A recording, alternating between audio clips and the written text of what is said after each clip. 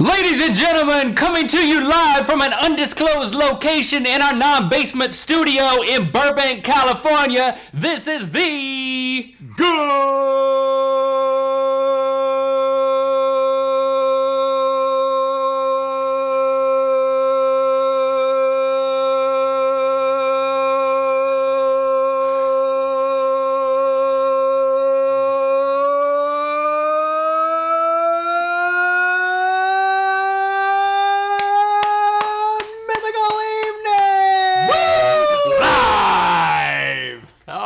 This is the. That's what I used to always say. Didn't set me up very well for that.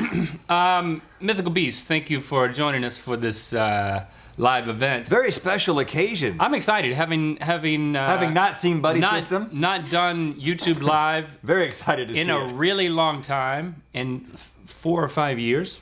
Yeah. Here we are again. The live thing, it really scares us. Very intimidated by it. Not really, but it's just, you know what? It's another thing that we haven't done. We got to add on to the plate. And the platter, right now, we made a little spot for it on the platter, right where the platter's like a bladder. Once it gets filled up, right where the banana, what's going to happen? The banana cream pie was on the platter, and we ate that or moved it off to the side, and now we're going to put a live broadcast on there. Follow my analogy, please. And we've got the chat room down here, which we will be interacting and talking to you guys. Here's how this is going to work. We are going to watch Buddy System Episode 1, entitled Tucked Up, here in just a few seconds, maybe a minute. So what you're going to need to do is you're going to need to bring that video up. Get your finger on the trigger. In another video player, and then we're going to have a countdown so that we can, in like a 3, 2, 1, press play, and then you can watch that. You're not going to be able to see episode 1 by watching this live stream. You're only going to get to see us with an earbud in our ears. We're going to be watching it. There's our television behind the camera, and you're not going to hear it because we've got the earbud. You're going to watch us watch Buddy System, which hopefully you are also watching. So it's going to be like a director's commentary, but we didn't direct it. No. So it's not a director's commentary. It's the writers, creators commentary, producers, actors commentary, and then so after we watch through it, then we'll take some questions and have some conversation based on episode 1. So we'll ask that you prepare episode 1 related questions for us. And if you haven't seen Buddy System episode 1 yet, I mean, this could be a little awkward to watch us watching it at the same time, but so you could feel free to just say, I'm going to go watch it and come back and watch this later, but hey, or just watch it with us. It's just we're going to be a little distracting because we're assuming that you've already seen it and you're just enjoying this because we're going to be talking the whole time. So it's not going to be like we're going to be waiting for little breaks in dialogue and then say and interject. We're going to be talking the whole time. So if you don't want to hear us talk while you hear us talk, find something else to do. I'm going to talk while you are talk. Acting. Yes. And then you should talk while you're talking. acting. Or just only I talk and you watch. Okay. Hopefully you have the video pulled up now. Do you have it? You have two windows next to each other. You've popped the tab out, so you've got them next to each other. Maybe you're really advanced and you've got 2 screens. Congratulations to you for 2 monitors. Maybe you've got 3 monitors and you've got Minesweeper on the 3rd one. And then this comment thing's not working anymore. While we're watching the thing, I'll let somebody try to fix it. I'm gonna unplug this. No. Don't do that. What is this hooked to? Here's something I will also say. Just in case, as kind of a backup and a different feed, because I know that the YouTube live comment section can get a little overwhelming and very spam heavy. Mm-hmm. What we're going to do is we're also going to invite you to go over to the Twitter and use hashtag #RLBuddySystem. We will be looking at that as well on my phone right here, so you can ask us questions. Hashtag #RLBuddySystem. Not hashtag BuddySystem. No, hashtag #RLBuddySystem. We'll be monitoring that as well and answering some of those questions. So, somebody already said, close? I almost screamed when Rhett Link started talking in the live stream. Thank you for doing this. Hashtag #RLBuddySystem. That's from Lucy Halter. See how easy that was? 46 seconds ago. All right, are we ready, guys? Are we ready to have the countdown and then press play? Yes, we got the double thumbs up from Morgan. Okay. Let's start. Let's count down from 17. We should, just to give people. And then when time. we get down to 1, then it's play. So it's like 3, 2, 1, play. So plays on 0? On 0. Plays on 0. Plays on 0. But we're not going to say 0. We're going to say play. We're not even going to say play. We're just going to press ready? it.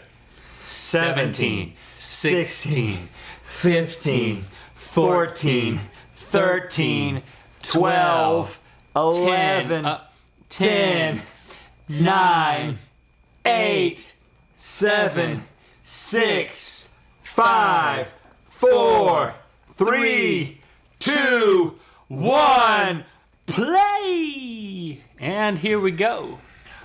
Of course, this is a YouTube Red Original series. Yes. Now, a lot of you have already pointed out the fact that you saw some products in this opening scene from previous episodes of Good Mythical Morning. Exactly. That egg rolly, it took a while to get that thing working. We got the butter cutter, the egg rolly, and then the bacon, what is it called? The bacon holder? The bacon wave. And then that thing right there actually stirs your cream into your coffee. Oh, yeah. And that's Rhett and Link, Here we are. YouTubers who host a show called Good Mythical Morning. Camera pushes into that was a magical pushing through a screen. I don't know how he did that. There's Stevie's voice. Stevie had a line. She wasn't paid for that. Oh, that was another line from Stevie. And yes, I do have real life glasses that look exactly like my show glasses. You actually did not exchange anything. If No, I you didn't. can watch that again. He actually just sets the glasses in and then takes them back out Pick and up the puts them same glasses. And this shirt we're talking about in the beginning, the shirt that looks like a tucked in shirt but it's not tucked in, is a shirt that I once saw advertised in Sky Mall. So this Yeah. was based on a real life thing, but the application wasn't for us to then tuck our shirts into our underwear.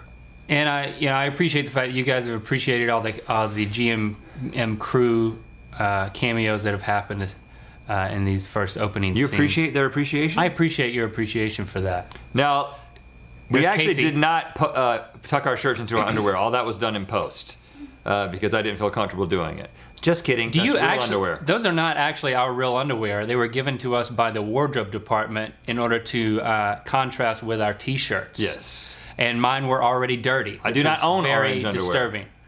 So you didn't keep those underwear? Because I kept mine. I have them on right now. Mine are hanging in a plastic bag in our wardrobe. Now, right here, Link's line. Uh-huh. Sometimes when I freshen my mocha, I live a little was literally an ad lib. Yeah, I because can't- we were like, we actually need you to start this sentence without knowing what you're going to say. And that's the best I could come up with. This was all planning. filmed in a real factory, right here. This opening part. Clint Eastwood. Oh yes, the band who made that music. Eastwood. Flint Eastwood. No relation to Clint Eastwood. It just rhymes. And of course, this shot starts at the top of the pole and comes down, and then it kind of reveals how tall the pole isn't. Yeah. Which is, that's a little thing there. And this pole here was not actually in that parking lot. That pole was placed in the parking lot by our props department. I was very apprehensive about climbing this pole and on the green screen shot after this because it's with those shoes on. It was all hand power and arm power. We had to spray Link's jeans and his shoes with sticky stuff, and then you can see it right there on the pole. Smudge. You can see the smudge. We had to spray the pole with sticky stuff so he would be able to climb up to the top of the city like this. It took me 45 minutes to get up to this point. Okay, we need to tell him when we're lying and when we're not. So we did spray the pole, but that's not the city. And we did a search for murals and online, and then had to clear the mural. Well, actually, the way that worked. And then work the joke backwards. Well, no, actually, the way it worked is when we got to this section, I started looking for murals online, and I found this mural. It was really interesting, and I knew it was in LA. So I wrote your description based on that mural, and I was like, oh, we'll find another mural, I'm sure. And then we found the exact mural. So this was the mural that was in the script from the very beginning, and then we were able to find it and clear it with the you artist. thought you would rewrite the whole thing, but you didn't. Yeah.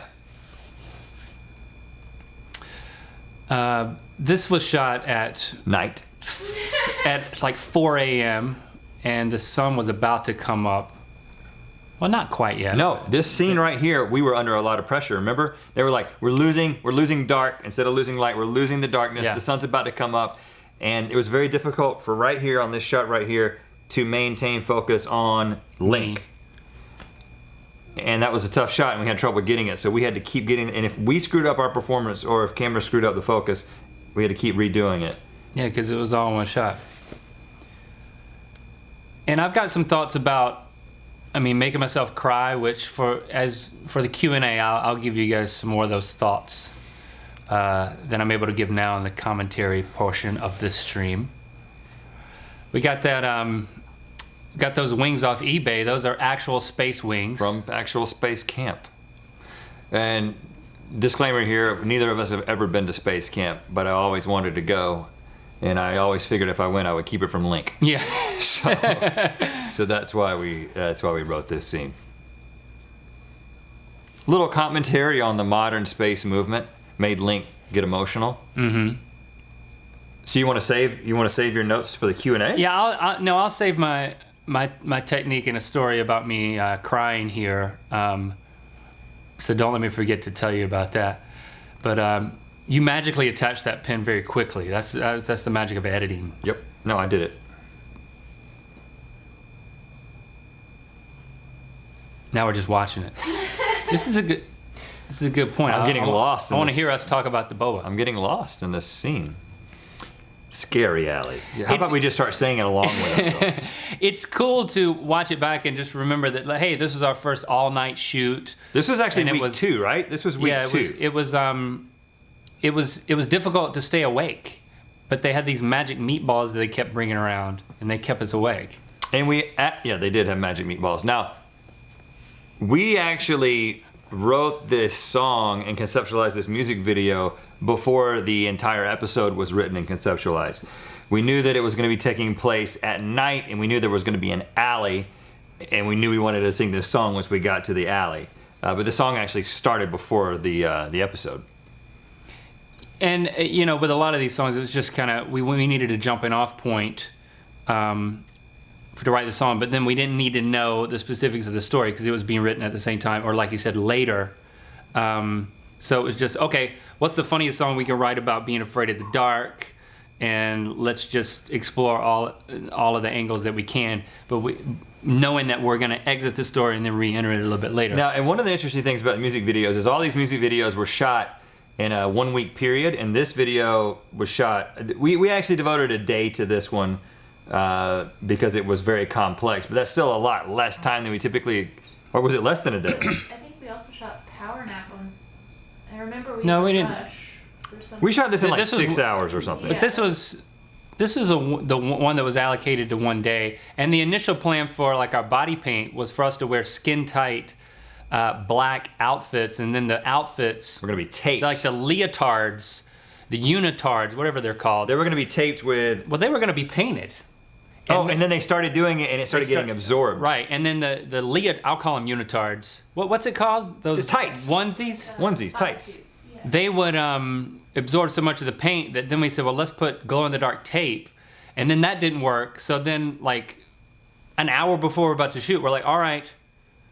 Maybe it was the night before. The night before, we were like, all right, we're gonna basically, the day of. We're gonna have to get naked, basically. We were in the trailer, and they said it wasn't gonna work. And then you're gonna have to paint our bodies. And you're missing the next part, which we painted me with green. I go out there and we put me on the camera, and I'm not bright enough, and so they have to end up putting yellow over the green in order to get it bright enough. And then every time they painted it, it made me look like my belly was going out like this, and they had to keep erasing it and repainting it until I was happy. I was happy with the way that I looked. And then finally, we started to shoot the music video.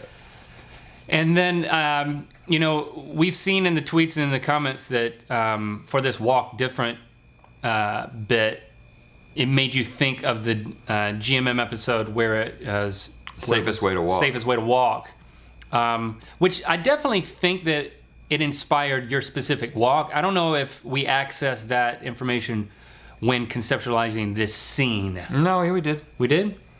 Yeah, I mean, this was, I was definitely thinking that people thought that was funny when we walked like that. Yeah, the rationale. But it wasn't the same, it wasn't the same thing. This episode was based on a scientific study, and this one was based on, let's just look like we're crazy.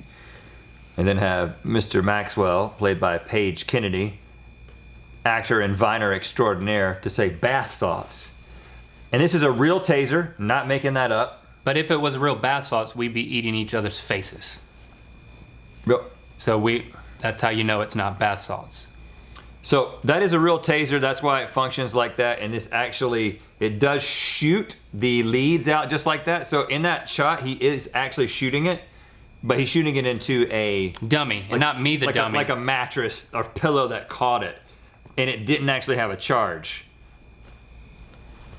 But it was a functioning taser that did not have the charge in it. And that's the actual noise that it's making. We didn't have to add that in post. Oh, you're right. That is actually delivering electricity to the pad that it's attached to. Yeah. And that's an ad lib. We didn't know Paige was going to do that, and then it was like, well, we're going to keep that in the edit. And this is a chicken restaurant that was closed at the time. We made it look like a boba place. We shot the flagpole just like a few feet away. We brought the flagpole. I thought you could see it behind Paige for a second, but we moved it. I was like, that would have been a mistake.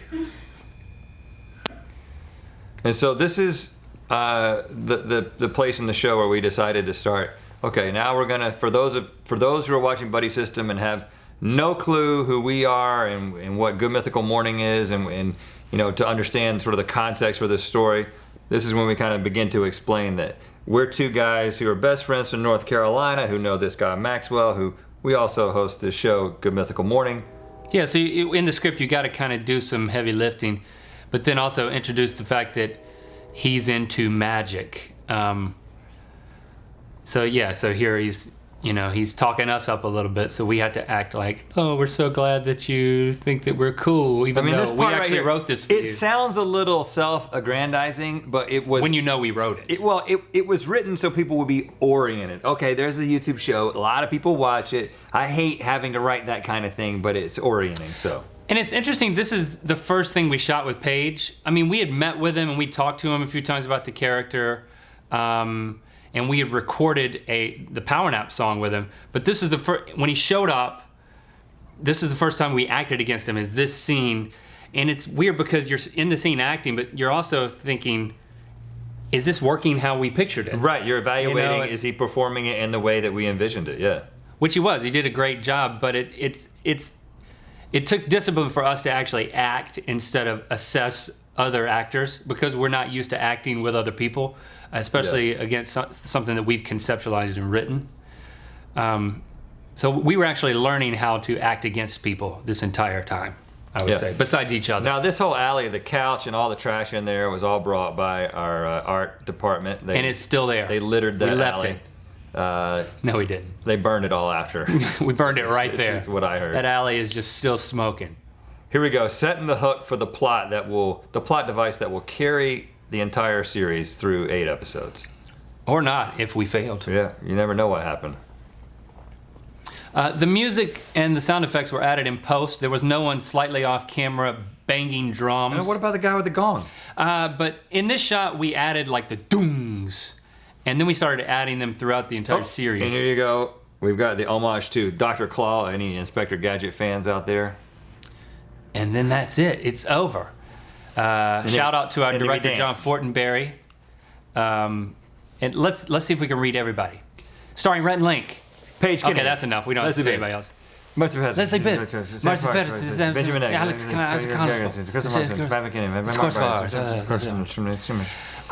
Okay. But you know, we don't run credits on our normal videos. But I'm very glad that we're run credits on this, because everyone who worked on this thing deserves some form of credit, because they weren't paid. And look, there's the new animated Mythical Entertainment logo. And then that's it for episode 1. I'm clapping for myself. What happened to Link's phone? Who's Dr. Claw? Did he take it, or she? Or she. What the heck? Now, you probably already know if you watched the trailer. Here's what I'm going to tell you right now. We're about to start answering some questions, both in the chat here and on Twitter with hashtag RLBuddySystem. But, surprise, surprise, we're also going to watch episode 2 of Buddy System in a few moments. Now, those of you who already have YouTube Red, you're good to go. You just queue up episode 2 and you watch it along with us. Those of you who do not have YouTube Red, please go ahead and make it happen right now. We've already talked endlessly about why it's such a good deal, and hopefully you enjoyed episode 1 enough to know you're going to enjoy the rest of the series. We're going to give you some time while we're doing some Q&A. Miko says greetings from Finland. Greetings from Finland. If you don't have YouTube Red, perhaps in Finland or somewhere else, there's a link in the description of episode 1 that shows you how to purchase the episodes a la carte. So we're going to give you guys in the time world. while we're doing the Q&A. We're going to give you time to go and get episode 2 or sign up for YouTube Red, and then we're going to do the same thing and watch episode 2 and continue with the Q&A. I really think it would be easier if you guys could Shout out ask a few questions to us, because I'd rather be able to listen to Rhett when he's talking or vice versa. Why doesn't Rhett pull some things from hashtag RL Buddy System on Twitter? I will. First thing I can talk about is crying. Talk about crying, Link. Let's make it a true Q&A. Link, can you tell us about crying? Because I want it to be a Q&A answer. Who asks that? No, nobody. I'm asking. Oh, You understand? I don't want you to. I don't That's want not it a- just to be a monologue. I want to ask. I want it to be a Q&A. We That's promised not a a- Q&A. that's not a- I give the Q, you give the A. Hey, Link. yes, Rhett. What about that crying? Oh, are you talking about in the space camp scene? Yes. Where I find out that you. At what point did we know that I was going to cry? I mean, that was part of the whole thing. I actually think the whole space camp interaction was written, and then it's like, and you know what? You should probably cry. We wanted it to be emotional. We wanted it to be moving in a totally ridiculous way that would make you laugh at you crying. So once we decided that, I was immediately very apprehensive. I started talking to actor friends of mine. I was like, We got lots of those. well, seriously, I talked to a few. I was like, I gotta cry, and I want to do a decent job of it. And the advice I got was from a friend of mine, Jesse. He said, not your wife, Jesse. Yeah, she's even not an though actor. She's never cried. Yeah. Well, you know what? Artsy Girl on Twitter said, "How did you, Link, make yourself cry so easily?" His advice was, Q&A.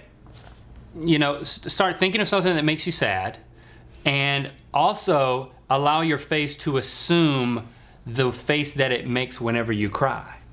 So for me, it was just like, and he said, keep your eyes open. Blink as little as possible, because the drying out of your eyes will help produce tears. So I definitely did all those things. I would say that I didn't really think of anything sad. I thought of how sad it would be if I sucked at crying That's in that interesting. moment. It's very meta. Yeah, and it helped me get emotional, and I thought about older relatives of mine. I did kind of get in a depressed place, and the makeup lady blew menthol in my eyes. Okay, she also did that. Yeah, she had like a special thing that she. So I asked her. I was like, I practiced crying. Like, I would sit outside in my backyard and I would be reading my script. And I remember one time I was out there and I was reading my script and I was like saying my lines under my breath. And Lando was out there doing something. He was like sitting in front of me, facing away from me. And I'm like mumbling my lines, like seeing if I had them memorized. And I get to that point where Rhett's talking, and of course I don't have any lines. I'm just sitting there listening. And then so he got used to me mumbling. And then I think it got to a point where I was concentrating on making myself cry, and it was happening. I made myself cry, and then at that point, I think Lando was kind of startled. He was used to me talking so much, mumbling my lines, that when I stopped, he eventually turned around and looked at me. And when he looked at me, I was crying. And he kind of looked at me, saw that I was crying, and then he just turned back around. He wasn't like, "Dad, are you okay?" He didn't say, "Dad, are you okay?" He was Dad's like, breaking down. I'm he was out. like, "I'm gonna act like I didn't see that." And then he turned back around and kept doing his artwork or whatever he was doing out there. But yeah, that night we went through the scene a whole lot, and And it ended up working. I was making myself cry, but she would come up with this pipe that she would blow. She was like this far from my face in between takes, and she would blow this menthol into my eyes, and it would make you and start to well up. it sets it a little bit, and then you start the scene. But then, I mean, to get everything else to work besides the tears, I had to really think about it. And so I really started crying. And then at one point, like, I'm really into it, and I'm like, is this working? I'm really crying. And Rhett says his line, and then he stops. And then he leans in and he goes, because he's this far from me, Rhett leans in and he goes, you might want to pull it back a little bit. I was thinking, I'm killing it. I am crying, and you remember that moment? I was crying too much. Well, it was in your voice. It got a little Scooby-Dooish. But that's how I sound when I get upset. You did a great job. I'm like, what's her name on Homeland? And a related question to that from Adriana Stanisławska, that is Good not right, on Twitter was writing the script and acting out hard. How did it go? Which this is something that people have asked on the other live streams, and I think that what I'll say is that I think a lot of people have really low expectations, rightly so, for people like us who are just YouTube guys who have a show like GMM who are going to go and try to act. And I think the bar's a little bit low when it comes to comedy. It's not like this is a dramatic thing and we're trying to keep you on the edge of your seats. We're trying to make you laugh. So the bar's a little bit lower for comedy. Oh yeah, we can just take this out, can't we? But the thing that we did that I think helped a lot is we sat down with each other and read through things together a lot, and we made little notes in our script about like what emotion that we were like, what is the expression supposed to be on my face? What is the emotion that I'm trying to capture in this? So I can kind of have that on the forefront of my mind as I say these lines that hopefully I have memorized.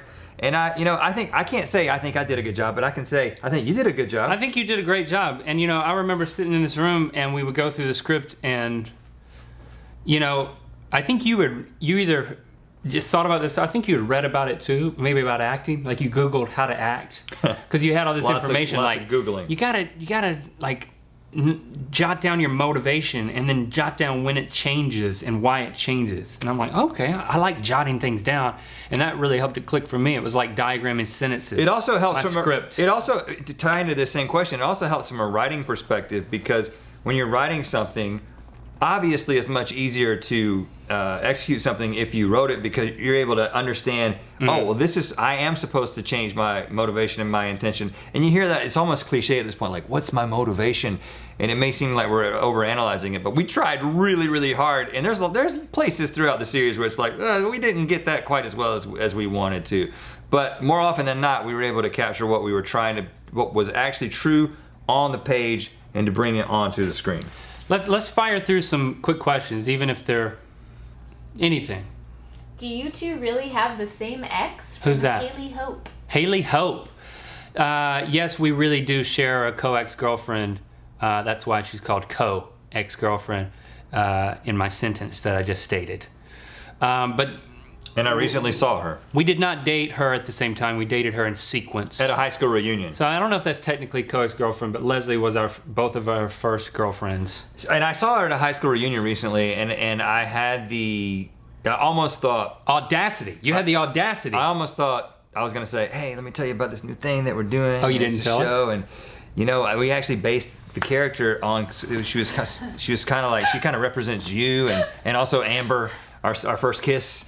We had the same first kiss. We had the same first girlfriend, Leslie, same first kiss, Amber. We like kind of put them together into this Amy Brell's character, and it doesn't really represent you as a person, but it's just kind of cool. I mean, the reason we wrote it is because it's kind of true in real life. I was not there. But I didn't say any of that stuff. I just thought it while I was talking to her. Because if I was there, I would have said all that stuff to her. Right. And then Rhett would have slowly backed away. Next question. How long did it take to make the series? From Joe Wymore. Joe Wymore, well... How long did it take to make the series? If you go back to just the conceptualizing of this entire thing and writing, I mean, this is about a year-long process, but it was really January of this year where everything really got moving, and we were like, we got to start planning, we got to start casting, we got to finish the script, we got to finish these songs. Those songs we actually finished the script. We had written a couple of songs, but we finished the script, and then we had to go back and write more songs, and it all kind of happened really, really, really quickly, right up until the beginning of June. Was that when we started? Middle of June? Beginning of June. Yeah, we shot in June through halfway through July, but I know that we had finalized the outline for the script in early February. So, I mean, if you work backwards from that, we were probably starting to work on it, I mean, at the end of 2015. So yeah, I mean, you see why this is such a big deal to us, because it was a big thread throughout our the last 10 months And a lot of people ask, what do you guys do when you're not doing GMM? Well, it's stuff like this, and it's stuff that we can't tell you every single step of the process, but it's planning all this stuff out and then executing it. And specifically the shoot, actually just production was 29 days. So very similar to like an independent film, like a month-long shoot, 29 full days. Will y'all be showing some of his magic? Peyton Roper wants to know. Y'all be showing some of that. Well, we can't tell you that. That's in an upcoming episode that you're going to have to watch. But most likely, but it's real. According to him, it's real. So that's the question mark at this point. What does he mean exactly? That he's not a trickster, but that he does real magic. What we can definitely say is very little of what you see in the first episode is not going to be of some sort of significance, if not major significance, later on in the series, including the character of Maxwell and the magic of Maxwell. What was the best part of filming this series? From Myra Rue?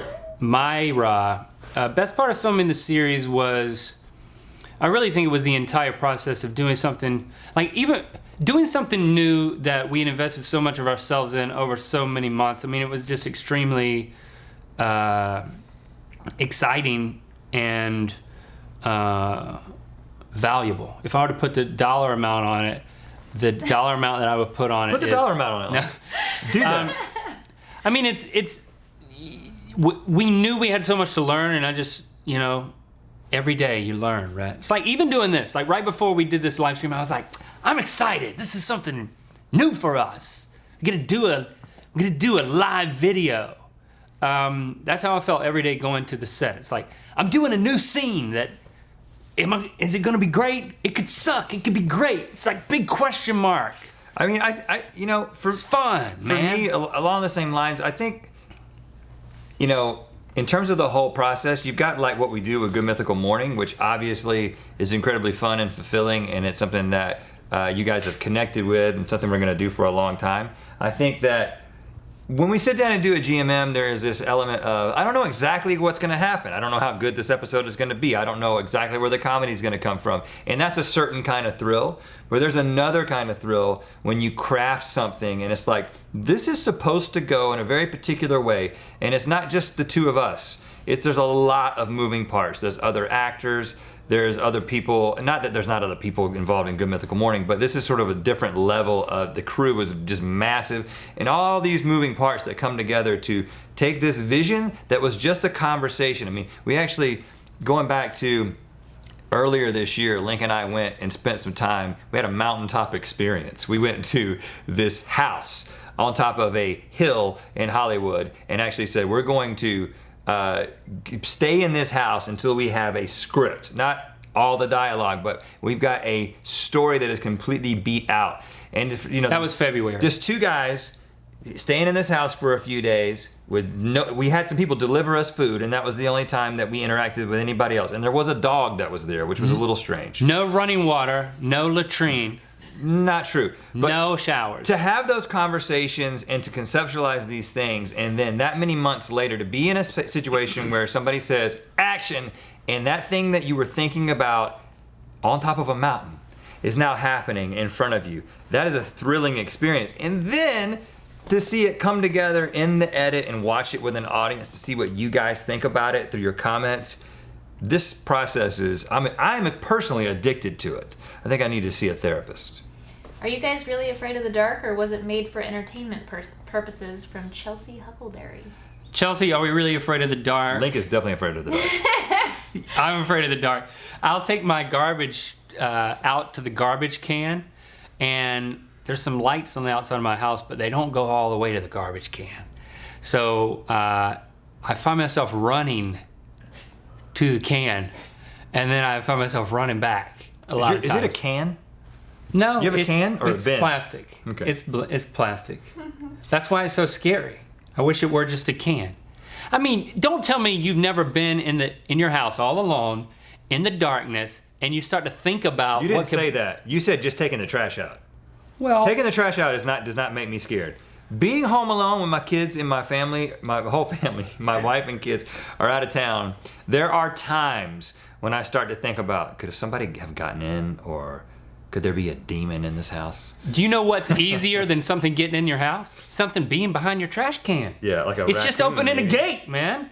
All demons got to do is lurk behind the gate, behind the can. You're right. It's accessible. I'm making myself vulnerable by leaving the locked auspices of my domicile. Next question. Auspices. Let's I thought about going back to law school at one point. How many total episodes are there going to be, Annie? There are going to be 8.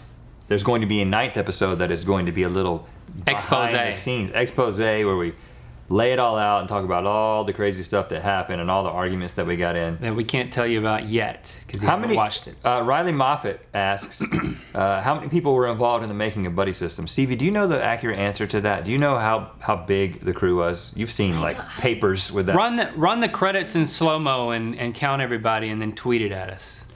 I'm not going to answer that question. Because I don't know the answer, but everyone's credited. I mean, with episode 8, we have a credit that runs through the whole thing, so you might have to wait until then to get the full credits. I'm swiping through a lot of non-questions. So if you want them to answer a question, Stevie's saying they're non-questions. We're gonna gear up to watch episode 2 here in a second. It's entitled Super Special Secret Bike. So you're gonna want to pull that up and have it ready for yourself. For us to do our countdown. Miles Eastman asks, hey, are you guys married in the Buddy System universe? Not to each other, haha. Ooh, that's a good question. We did make the purposeful decision, Miles, to continue to wear our wedding bands. As you know, there is no reference to our wives in the show. They don't know that. They've only seen episode 1. Yeah, as you know, there's several references to our wives in the show. In later episodes. Our wives may make an appearance later in the show. And we there's a reason that we still have our wedding rings on. That's all I'm going to tell you. At least my wife might make an appearance. Yes, the answer is we are married, not to each other, but to women in Buddy System. Got another question? Here's a good one. What is your favorite color? From Maja Astronaut. That's a great question, Stevie. I'm not going to answer it. Really? Maja, my favorite color is... I don't believe in answering the question. Okay. I don't believe in favorite colors. Blue. When you watch episode 2, you will see why. What makes color? Or you'll see proof of that. That was a good one. That was a Buddy System related color answer. Metal Chick 97, are there any special guests during the show? Yes, there are. In upcoming episodes, you may or may not see Molly Shannon, Chris Parnell, both of those people from SNL. SNL stands for Saturday Night Live. And you may or may not see Leslie Bibb, and you have already seen Paige Kennedy.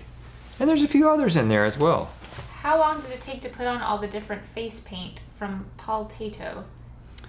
I think as we established it, we shot that music video over the course of 6-ish hours. But they had to, once we determined that they had to paint our bodies, then that meant that they wanted to shave our bodies. The makeup people wanted to literally shave the hair off of our bodies. And we're like, no, why don't you just trim it? They came with razors, totally ready. I was like, what? Yeah, so we I'm not Lance Armstrong. We just made an executive decision that we were just going to use clippers on our body hairs. I got a lot of leg hair, but ever since trimming that leg hair, I'm like, I'm never going back. And I may have started trimming my leg hair. You cut the curl out of your leg hair, didn't you? I cut the curl. It doesn't out. curl. It's straight. Look at that.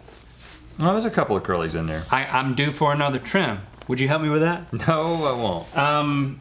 And then it took probably maybe an hour and a half to paint our bodies, and then we painted our faces in shifts where one of us would go to set and shoot while the other one was being painted, and then it would be a rotation.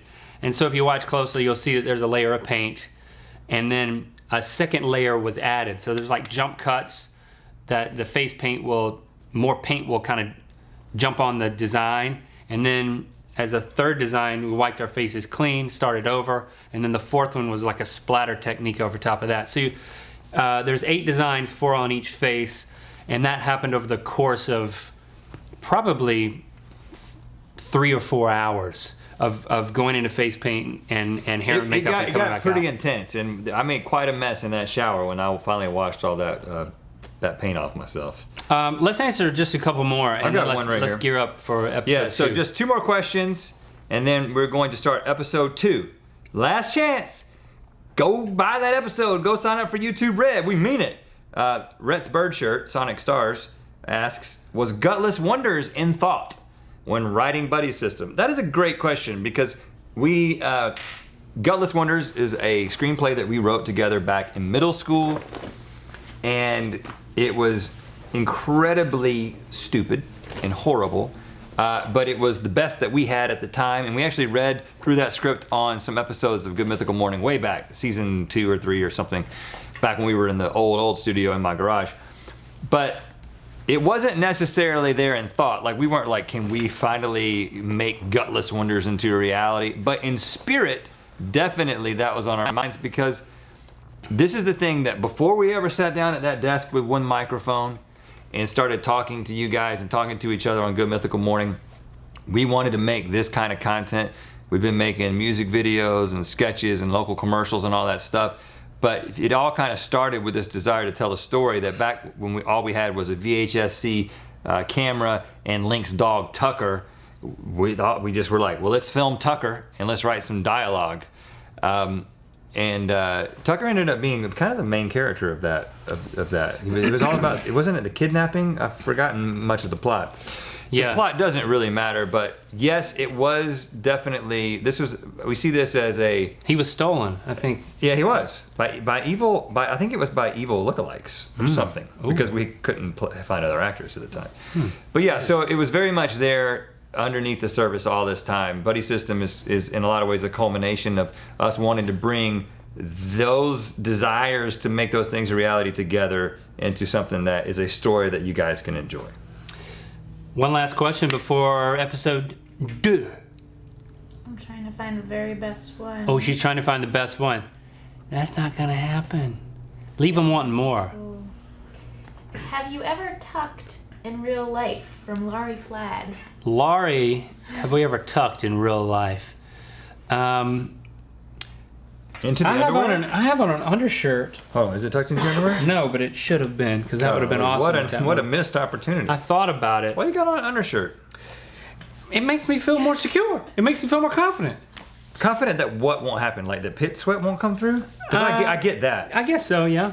Or is it like a body shield of some kind? Yeah, it's like a body scent shield, because I'm gonna feel good tonight about taking this shirt off and hanging it back up in the closet without laundering it.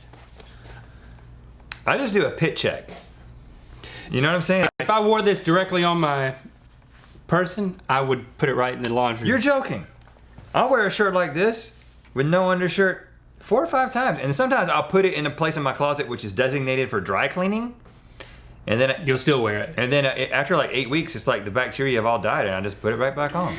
Let's suit up and Saves go money. and take another dive into Buddy System, episode 2, entitled Super Special Secret Countdown Countdown from Special 17, 16, 15, 14, 13, 12, 11, 10, 9, 8, 7, 6, 5, 4, 3, 2, 1. Play! Yes. Also a YouTube Red show. Yes, this is a YouTube Red original series. We decided to put a last time on Buddy System on the front of each of these, because after this week, there's a week gap in between the episodes coming out. And I don't mean like in chemistry a week gap, like in a bond. Not a covalent bond. I mean it's just week with 2 E's. And we just thought it would be fun to use a lot of sound ups from the previous episodes to kind of script something together with Paige Maxwell providing the voiceover. Oh, and here we are is crazy. in this room. We're in this room, and the scene takes place in this room. Now, this opening scene of episode 2 is the first thing we shot ever. That table right here, I don't know if they can even see it, but it's right there in the scene. some of the decorations in here had to change. Like we had to take down our Lionel Richie album because that wasn't cleared. We're going to take down all, you can't really see it, but all the Merle Haggard records back here were replaced. You can see it in that scene right there. You see the yellow and orange, all that was covered up. But what were you thinking during this scene, it being the very first scene that we were acting for this thing? I was thinking, I feel like my crotch is very much, very, very central in this shot. Yeah. I was just wondering, I was worried about that. So many things were going through my mind. I was thinking, are we doing a good job? Is this well written? Yeah. Is this believable? Is anyone going to think this is funny? Are we going to be failures for the rest of our lives? Here's the reveal. Thinking all of that. Here's the reveal of Dr. Claw, our Dr. Claw. Amy Burrell's. And that's Mario.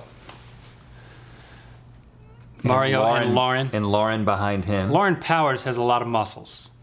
Yes, she does. She's won several contests. I don't think she's ever worn pigtails like that, but that was my request. She was not happy to wear those pigtails, but she got it. She got the joke. And the sound that makes when it squeaks open was very disconcerting, and I wanted to leave that in there for that reason, even though it sounds like nails on a chalkboard. And of course, we've got all of her inventions, clock rake, nanny drone, and the cinnamon dusted basketball. We love inventing products. So that was a fun aspect of writing for Amy's character, was inventing cockamamie products. So Amy in some senses is an extension of that crazy part of us, that we got this long history of making the local commercials, but also inventing the dumb products on Good Mythical Morning, like the pool pants or whatever it might be, that we wanted somebody who can kind of embody that ridiculous, totally misguided products. And of course, my character was not smart enough to enable the Find My Phone feature of my Somebody phone. did ask that question. Link, how did you feel about being a little bit dumb, in quotes? It felt like a comfort zone to me. And this is our Jungle Book reference. What's that? Oh, don't give too much away. For people who haven't seen episode 2? Oh, that'll just make them want to watch it. So yeah. Oh, that's right, because there are people who are just watching us watch this right now who haven't gone through and paid for YouTube Red. Oh, I see. Well, that's their problem. So I can tell you right now, I'm going into the building. That's right here. That's what's happening right now. And now Link's going like this. Well, you don't need to give them a play-by-play. You don't need to lean into it. I'm joking. So there's the joke here about how my character, or maybe me in real life, likes to harbor small infractions, offenses against me, let them build up and then explode at some point. Yeah, but that's human nature. No, and I would say that this episode 1 was more about establishing the world that you need to understand buddy system, and episode 2 was mostly about establishing who we are as friends. So pretty much the whole episode is us going around trying to find Link's phone and retracing steps. But this is obviously it's all fictionalized, but the kinds of conversations that we're having and the way that we're talking to each other is based on things that are true about Link and true about me. But we wanted people to get a sense of, like, these dudes are really friends. They've known each other for a long time. They know everything about each other, and they kind of act a little bit more like a married couple than they do friends. And that is what you see play in this episode. And at this spot here, you're designed to think that the guy coming to the door is maybe a character, maybe this is a flashback, but then you realize very quickly that, oh no, that's just Rhett reenacting it. And I love the shot of you barefoot walking in. That always made me laugh at the moment, seeing those bare feet. You've got funny feet, Rhett. Yeah, like hobbits. So then we're like playing with the power of this cult, kind of in terms of the concept of, okay, it's a reenactment, but is he channeling some sort of power? What's going on here? And this scene was actually added last into this episode in terms of the script, because when we got through writing episode 2, we were like, you know what? We want something even weirder. in the middle of this. We want something that sort of breaks some rules and causes people to think, I don't know, what kind of rules are there in this universe? Yeah, anything could happen, and Rhett and Link are just going to go along with it. So you shouldn't question anything that happens later on. This that part was right here. the point. Now, I digested a very powerful flashlight. It was very difficult. I actually later passed it. We didn't know which end it was going to come out of after this scene, but I was able to pass it through the rectum. And it was very unpleasant. It's nothing quite as comfortable as passing a mag light out of your rectum. I don't like that shot because it looks like I'm missing a tooth, the way that it's lit. Sorry about that. And this is my favorite color, blue scene. That is our AD Matt's thermos. We did not pay for the thermos. We were actually borrowed the we were in a thermos. production meeting and we said we need a super shiny thermos, and we started looking up all on Amazon trying to figure out where we were going to buy one. He was like, guys, I've got a really shiny thermos, so we used that one. And this has a fun reveal in this shot that I'm fond of. I love jokes that are tailor jokes that involve a tailor. Taylor, yes. You know you're onto a good joke when you have to tailor something. Yes. Unfortunately, we looked for the deepest V's from American Apparel, and it turns out, while they make some obscenely deep V-necks, they do not make any that deep. Their loss. And of course, you see the Trap Queen costume in the back from last Halloween. My daughter Lily wore that in a GMM episode. And right here is where we begin to go even into weirder territory? more weird territory. And also, you see right there, we had a little reference to upcoming episodes of GMM, which are all just made up. Some people have pointed out those things in the comments. Now, our mythical crew uses these lockers to keep their crap in. Rhett doesn't actually use one, though. No, I do. I have a secret room in there. Now, Link actually crawled through there. I was not able to fit. And one of the things we haven't talked about in any of these interviews that we've been doing is how bad my back was hurting the entire time we were making this series. I have a bad back and some discs, and it's acting up. This day, especially as I was coming in and out of that, and this was actually 2 different days. Coming out of this was shot on a different day. I was not comfortable. I'm sorry, Rhett. This secret room is at the YouTube space where we shot all of our music videos. It's not actually in our studio, but there is a secret room in our studio, but it's still secret. It's not in this series.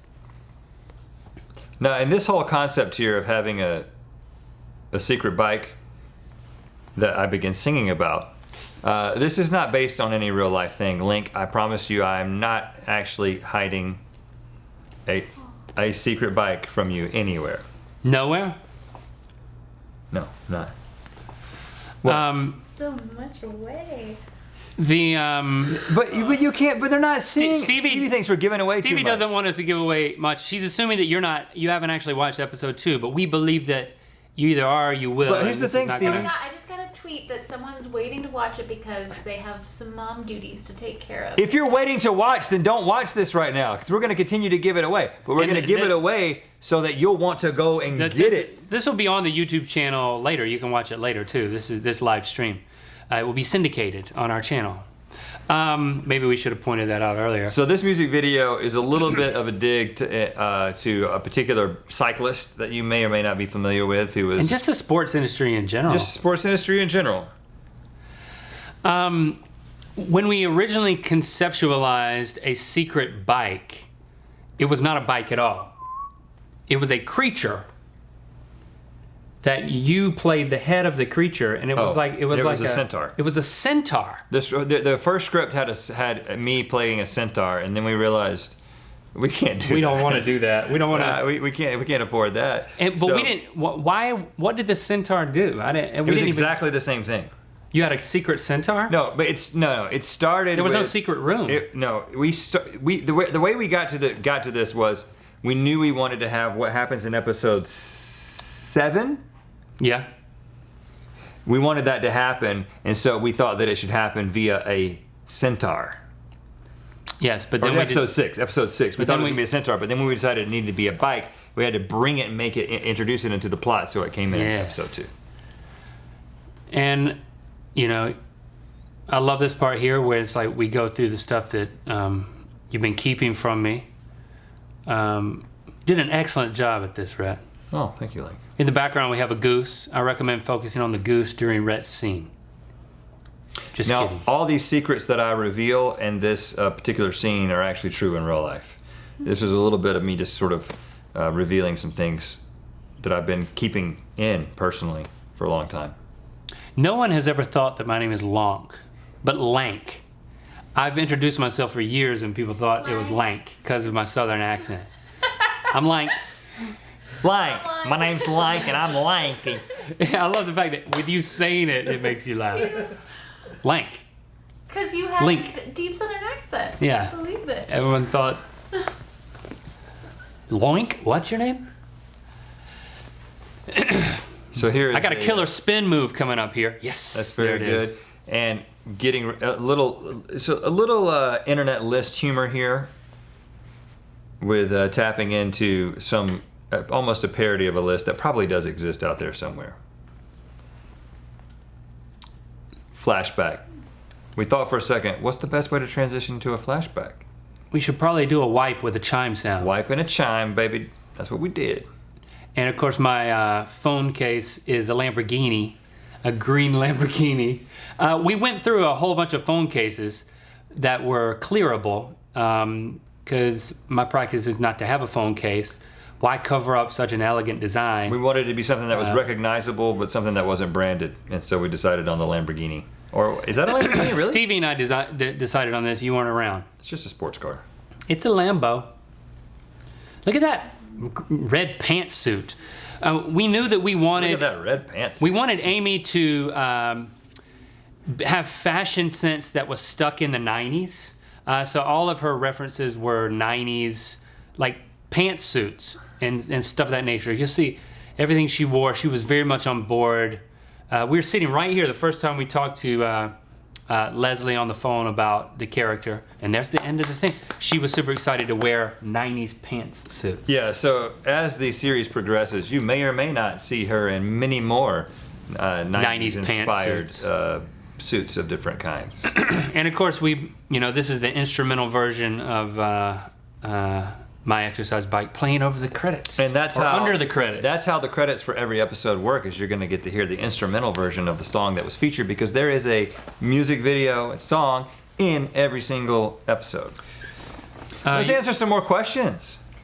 Phoenix343 asks, were you guys inspired by the Mighty Boosh? Yes, we were. We were definitely inspired by the Mighty Boosh. Mighty Boosh is an interesting story because many of you guys who watch our videos were the first ones to point out the similarities between the Mighty Boosh and us. I actually think one of the first videos was from a year ago in Sketchtober. We did the puzzle sketch. Well, that was when it started happening at a higher frequency. When it happened at a high frequency. We saw it before that. But it happened then because towards the opening of that sketch, Rhett and I start singing a song in unison, like a chant about puzzles. A puzzle, a puzzle.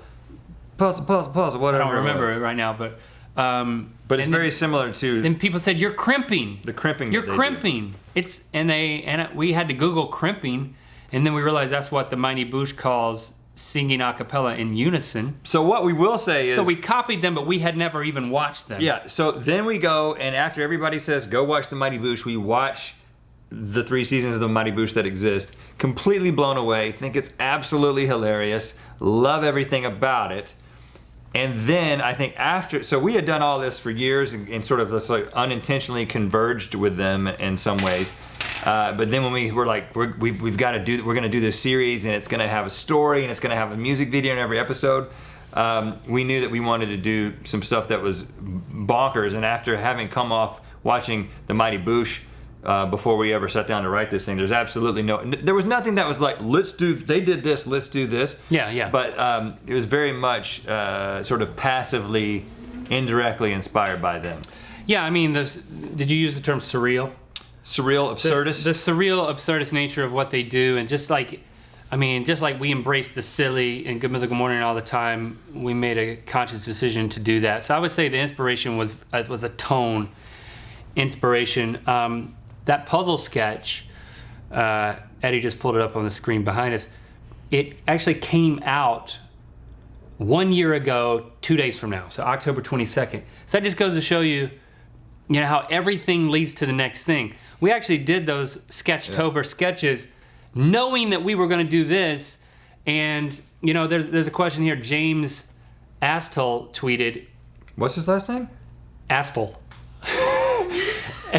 He got me. Astle. James Astle. Okay. He tweets, is it difficult to watch yourselves act? And I think a big question in terms of writing and acting was answered with, stop laughing. Lank. Lank just read the guy's name. He did, man. He walked right into that one. I think that's his real name. Nothing you can do about it. It's his real name. Yeah. His name's... Look at that. Yeah. Everybody follow James, Astle, on Twitter. It's his real name. I don't know how to say it. So we did the Sketchtober sketches in order to prime the pump for what we wanted to do with Buddy System. For you guys to want more scripted content and for us to kind of play with our tone and kind of figure out our acting and our writing. That was like a lab. It was sort of like a lab, yeah. What do you call it? A guessing test? It was a little bit of a guessing test. Tetanus shot. Jennifer Reeves, Redhead Sox fan, says, are the deflated balls lyrics about Tom Brady? Well, maybe they are. That would be very insightful if you were to pick up on that. I don't want to admit to it, but I'll tell you, maybe they are. What was the hardest part of filming from TJ Adams?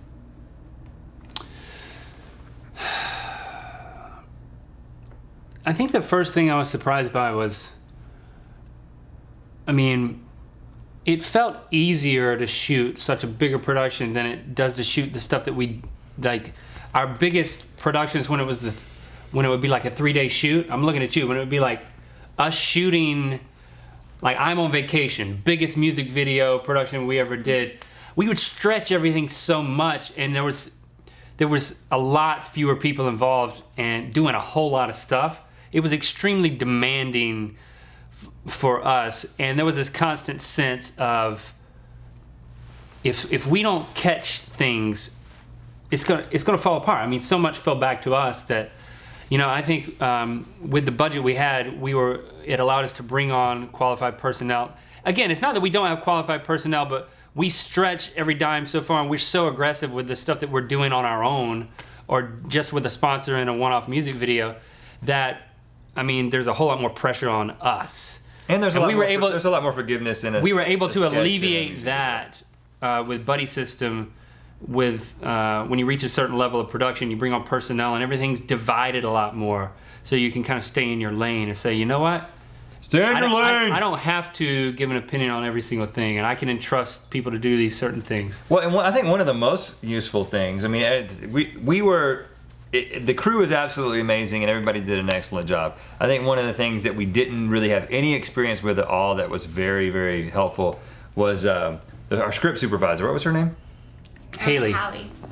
I called her Haley, but her name's Hallie. So her job is basically to make sure that we maintain continuity. Looking at what you're wearing, but also like in this scene, your hand was right here when you said that, and now we're shooting that. We're starting again today, and you were like this.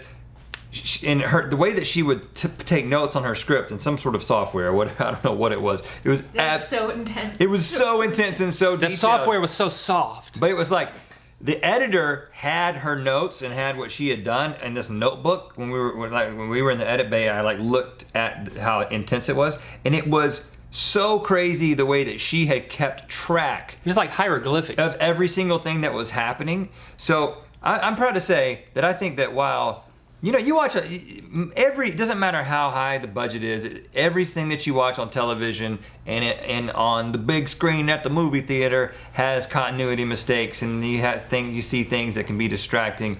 And there's, just like everything else, there's a little bit of that in Buddy System, but not a lot. For what it it's absolutely. I was so happy with the work that she did to minimize those things, because for us it gets very distracting, especially when you've watched something so many times. You see every little inconsistency. You see when your eyes weren't in the right place, or your posture wasn't right when you're in the foreground versus when you're in the other shot. She did a great job of keeping us on point. Jillian tweeted, that's at Mythical Moms. Is your wardrobe department awesome? Yes, they're awesome. Another tweet was, how did you guys decide on 70s theme costuming for the bike music video? Actually, 60s. We were, 60s, 70s, it tends to blend once you're this far away from it.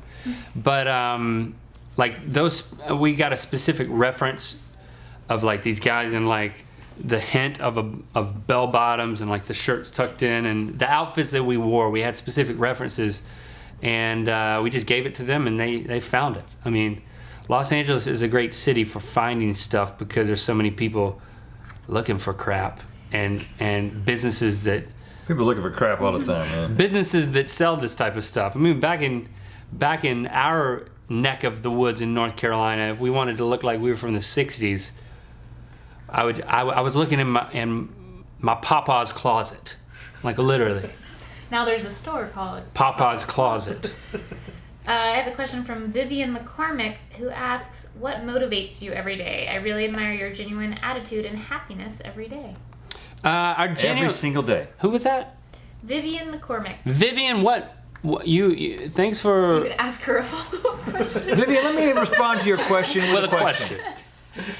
Vivian, I appreciate the fact that you appreciate our general positivity. That at times is an act. I mean, we're not always positive. But I mean, what am I going to give you? Negativity? You're not going to stick around for that. She didn't ask about the positivity, though. She asked about the motivation, right? Mm-hmm. What's the motivation that leads to positivity? Hide the negativity. That's my motivation. We've got dream jobs. We have nothing to complain about. And so we hide the negativity because you'd hate us because we have it so awesome. But that wasn't what the question was about. What's the question? The question is, what's your motivation? Like, why do you guys do this? Like, why'd you make this? Why do you make Good Mythical Morning? Because we want to be positive. Hey, that's my answer. You can give your own freaking Lake's answer. answer is he wants to be positive. My answer, which I actually think speaks for both of us, is Don't speak for me. Ever since we met each other, going back very, very early in our friendship, we've always been addicted to the process of doing something and then watching people react to it. And I think that that's probably true of a lot of people in the entertainment business. And there's probably a little bit of personality disorder involved in that. We want to be the center I'm not of attention. going to use the word addicted. But I think you do kind of get addicted to this thing of, I want to create something that creates an experience. And when you start getting feedback and people say things like, I love to tune in and watch you guys on Good Mythical Morning, and I've made it a part of my daily routine, there is something incredibly rewarding about knowing that you're putting something out there that people are appreciating, and it kind of creates this appreciation loop that we're appreciating you. And then you want to do more and more. So when you come up with an idea like Buddy System, you're like, oh, we can do something that is, you think about the shows that we like and the movies that we liked growing up, and the way you felt like you were kind of just detaching from your life and entering into another world that was crazy, and where the rules got broken and it didn't follow the same physical laws that the world has. That was the kind of stuff that we connected with. So Buddy System particularly is something that we can create, where we fashion this world that is how we would want the world to be if we were in charge, where I can't tell you all the things that happen, but all the weird stuff that happens in Buddy System, those are the kinds of things that they're the kind of things that we would want to get lost in, so we try to create a world that you could get lost in the same way. I think that's a backwards way of saying my motivation. And also to be positive. And you know what? I agree with all that. He has spoken for me. Connor Granary asked, did you two actually have a friend called Trent? Oh, yeah. Connor, you want to know if we had a friend called Trent? Yes. We do have a friend called a high school friend called Trent, who we reconnected with just a few weeks ago. But the character that we talk about in this, I will say, is not based on Trent, because Trent is not a gynecologist. He is not currently a gynecologist. But if he did, it would make sense. It would make sense. we named the character Trent thinking of our good friend Trent that we grew up with, as somebody that we knew from high school. Cassie Boyd asks, was anyone hurt in the making of RL Buddy System? ooh, Can we talk about that? Cassie, Is that yes. okay? I would say yes, people were hurt, and we're still paying for it financially. There is a scene in episode 5 where someone was hurt on screen, and we kept it in the cut. Yes. And I'm not going to tell you more. When maybe if we do a commentary But you on know, episode 5, we'll answer it then. Here's what we can say: the character who was hurt is also on Stranger Things, and also The actor. the actor. The Yeah, the actor who was character. hurt is also on Stranger Things and is also on Atlanta. The I haven't seen him in Atlanta yet. I think he's in the last episode of it. I haven't gotten to that. But I believe you because he told me. I will also say that the character The character. who was injured Yep. stayed in character Even while being injured. After he was injured. And that's So why I we did really not use know it. that he was injured until later when I got the bill.